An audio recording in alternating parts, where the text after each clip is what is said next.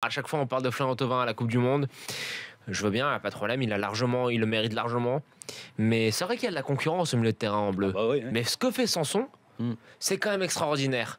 Et je pense qu'il a largement sa place dans le groupe de Deschamps en Russie. Pourquoi? Il est polyvalent. Il peut jouer 6, 8, 10. J'aime bien à chaque fois ressortir ce que Roland Courbis nous dit parce qu'il l'a eu quand même à Montpellier. C'est un peu lui qui l'a lancé. Sanson, son poste, c'est quasiment devant la défense. Il a un volume de jeu qui est impressionnant. Il est bon défensivement.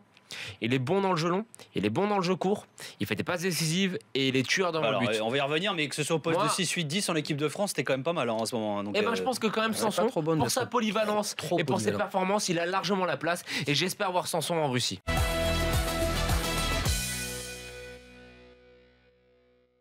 Moi, Stéphane, tu sais ce que je comprends pas?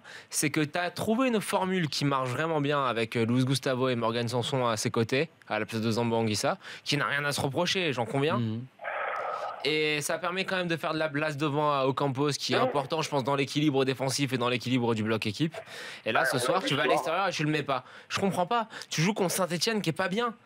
Fais-le, mets Sanson avec Gustavo. Saint-Etienne n'est pas bien, Saint-Etienne ils se refont la cerise. Ça fait 4 matchs en défaite, 2 victoires de nul les mecs. Dans le jeu c'est faible, dans le jeu c'est faible Saint-Etienne. C'est pas ça, c'est qu'il se pose encore des questions, mais je suis d'accord avec Stéphane dans le sens où l'OM qui était très bien depuis le début de la rencontre, il a suffi qu'ils attendent de marquer 2 buts, Jonathan, pour d'un coup se dire... Il y a de ça aussi. Non mais c'est à partir de ce moment-là. Et le problème c'est que quand tu attends les dernières minutes pour te rattraper, automatiquement c'est différent parce que tu te précipites techniquement. Et c'est le problème de l'OM quand il se précipite. Oui. Et c'est pour ça que, regarde, une grande équipe, elle doit tuer le match. Oui. Et là, l'OM, à 2-1, quand Saint-Etienne ne sont pas bons, ils le tuent pas, le match. Le troisième. Et voilà.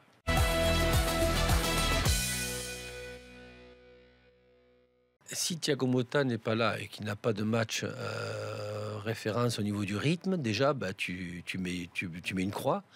Là, Sanadiara, je pense que c'est encore trop tôt pour jouer un gros match comme si ça serait contre Marseille en Coupe de France, je serais d'accord.